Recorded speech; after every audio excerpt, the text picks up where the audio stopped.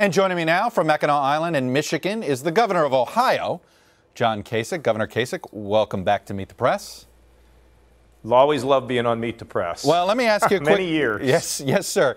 Let me ask you, you didn't get the greatest reception from some of your home state papers following the debate this week. Cincinnati Enquirer, where was John Kasich in the CNN debate? Columbus Dispatch, debate shows Kasich can be overlooked. And Chrissy Thompson in the Enquirer wrote this: Kasich is a threat in New Hampshire, but candidates aren't visibly worried about him on the national stage. What do you say to that? I mean, the fact is that I in the debate, which was kind of like a demolition derby, I did fine in being able to tell people who I am. But, we all want more time. We all want to be in a position of where we get more time. And one thing I don't want to do is be jumping in saying, hey, what about me? That's not the way to do it. And by the way this whole business works is state by state, not on the basis of what they think about you in Nebraska. And by the way, if they're not worried about me, then I got to try to figure out why they're all trashing me behind the scenes. So, look, we're doing fine. There were so many doubts about whether I would get on a stage, whether I could raise the money. Our campaign is extremely healthy, and we continue to rise, and I'm very pleased with where we are right now. You worried that your nice guy approach is not what the base of the Republican Party wants this cycle? They want more of a fighter. They want more of a bomb thrower? Well, Chuck, all of my career, I've been a big reformer. I've always been somebody trying to knock the walls down of the city. Now, as governor, I actually run the city, but I'm also a reformer there.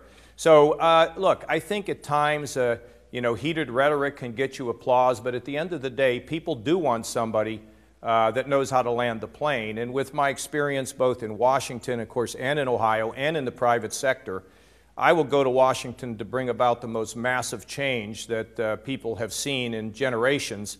And the reason I talk about my record is because I was able to achieve something in Washington that none of these people were able to do, and that was to balance the federal budget, take on all the special interests, get the budget balance, pay down debt, run a surplus, and cut taxes. So, look, I want people to understand what my record is. I don't kowtow to anybody. The special interests don't call the tune for me. But my record is clear. It's job growth, it's balanced budgets, and it's helping people who live in the shadows. It'll work. The number 5 related Google search for you is this: is John Kasich a Republican? Is that a positive or a negative in your mind? Well, I don't know where that came out or why that's out, but here's the thing, Chuck. I believe in strong economic growth, but I also I think it's not an end unto itself. I think it's really important that people who do live in the shadows are given an opportunity. That's not just a Kasich philosophy, that's a Reagan philosophy, and I'll tell you where it all comes from for me personally. My mother used to say it's a sin not to help people who need help, but it's equally a sin to continue to help people who need to learn how to help themselves. And that is our motto and philosophy in Ohio: strong economic growth, leave no one behind, unify the country, and raise us up. Because we're not going to solve these problems, whether it's immigration, balancing budget, dealing with entitlements, rebuilding the military, unless we have some sense of politicians who put America first. Blatant ideology and partisanship has got to be second. I go to this, and I keep repeating this because, you've heard it too. Conservative Republicans keep coming back to this. They're skeptical of you, and part of it has to do, for instance, with not the decision that you made to expand Medicaid, but the reasoning behind it. And you were asked this question before, but you didn't answer it, which was this: why should Republican voters who generally want to shrink government believe that you won't use your St. Peter defense, and what you just used right now as well, talking about your mother, that you won't use that rationale to expand government more down the road? Well, because I never have, Chuck. I've always been one to reduce the size of government and bring about innovation. If you take Ohio, our overall budgets are growing less than the rate of inflation. And think about this. If I wanted to expand government, how is it that we went from an $88 billion hole, which was almost 20% of our general revenue fund, to a $2 billion surplus, plus cutting taxes by $5 billion in Ohio, killing the death tax and helping small businesses, and the same in Washington, where we shrunk the government. So, look, Reagan expanded Medicaid, and what we'd see, there's even an arithmetic part. If we can deliver services to the mentally ill and keep them out of prison, and we can deliver services to the drug addicted and keep them out of prison, we save money and they become whole again. And finally, Chuck, I'd like to take Medicaid, the programs for the poor, and block grant them to the states so that the states can develop their own solutions. You know, another thing that some conservatives were upset at was your answer on Iran, where essentially it sounded like during the debate that you were using President Obama's rationale on defending the deal, basically saying you got to wait till this plays out. You can't pretend that you can just simply rip it up on day one. Do you accept having to work within the confines of this agreement? Well, first of all, Chuck, I think that the United States Senate ought to take this up and use the nuclear option. In other words, I believe that the Senate should move forward and have a vote on this and not let filibuster stand in the way.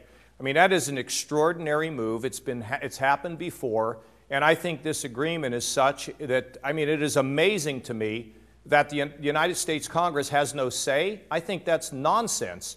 So I think the Republicans in the Senate ought to end the filibuster on this, bring it up for a vote. The president would obviously veto it, and then let the American people have their way with the Senate, because in that case, I'm more optimistic that this treaty will be, or whatever, this agreement would be defeated. But let me just say where I am. For people to say what they're going to do 18 months from now, drawing red lines like we did in Syria, that doesn't make any sense. I'm for seizing the high moral ground so that if they do cheat, we can bring our allies and slap those sanctions back on. And finally, if I found out that there was intelligence that they were about to develop a nuclear weapon, you better believe that the military option would be at the top of the priority list. We don't want them to have a nuclear weapon. But you know what? We have to be adults when it comes to this stuff and just not go for red meat rhetoric. You've got to be calm and cool and decisive when it comes to foreign policy. I served on the committee for 18 years and I know how it works. All right, I want two other quick questions. Right after the debate, day after the debate, you were talking to a group of supporters, and you said this when it comes to immigrants working in this country. You were telling a story about a housekeeper at your hotel, and you said this: a lot of them do jobs that they're willing to do, and that's why at the hotel you leave a little tip. Now, some groups took offense to your whole story here, feeling as if you were stereotyping Latino immigrants. In fact, this is what Jorge Murillo Cabrera said from the Humane Immigrant Rights Group of LA. Most candidates have lopsided stereotypical ideas about immigrants, which include the sense that immigrants, especially undocumented immigrants, are only good while serving others. Said your comment lacks history, a sense of how important immigrants are to our economy, and vision where immigrants are more than just the help. Do you understand why they're offended? Yeah, I would also tell you that the head of the Hispanic Chamber said he appreciated my comments. And as you know, Chuck, having followed me through this race, I've had a very reasonable position on immigration. I've always said that Hispanics are such a critical part of the fabric of the United States. They occupy jobs from top to bottom. They're so critical to our country. They're God-fearing and they're hardworking. And if I need to clarify what I meant by that, I'm more than glad to do it. And that means that they hold very important positions. I've got a friend right now who's a doctor. He's a doctor in oncology. You know, I mean, that shows you how crazy it can get in this business. But to be clear, I believe that from top to bottom, Hispanics play a critical role in America, not only today, but going forward. And finally, I know you're not a big fan of addressing Donald Trump issues, but let me ask the question this way about when it comes to the president's faith. Number one, should it matter what a president's faith is? Well, look, I don't know about that, Chuck. I mean, I'd have to think about what that means, but that's not, I believe the president, in fact, is a Christian. If he wasn't a believer, that would be his business, but he is, I believe he is. Secondly, I don't agree with him.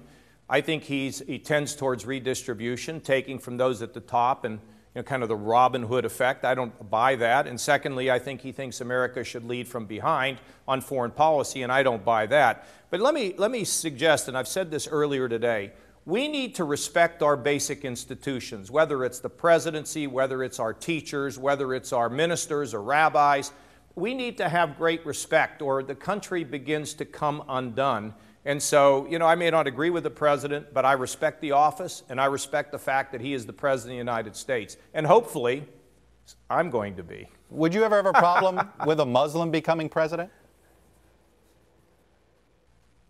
You know, I mean, that's such a hypothetical question. The answer is, you know, at the end of the day, you got to go through the rigors, and people will look at everything. But for me, the most important thing about being president is that you have leadership skills, you know what you're doing, and you can help fix this country and raise this country. Those are the qualifications that matter to me. All right, Governor John Kasich, be safe in the campaign trail. I look forward to having you on again, sir.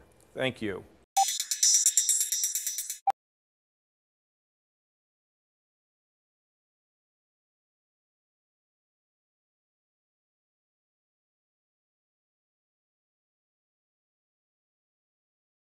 Hey, NBC News fans, thanks for checking out our YouTube channel. Subscribe by clicking on that button down here, and then click on any of the videos over here to watch the latest interviews, show highlights, and digital exclusives. Thanks for watching.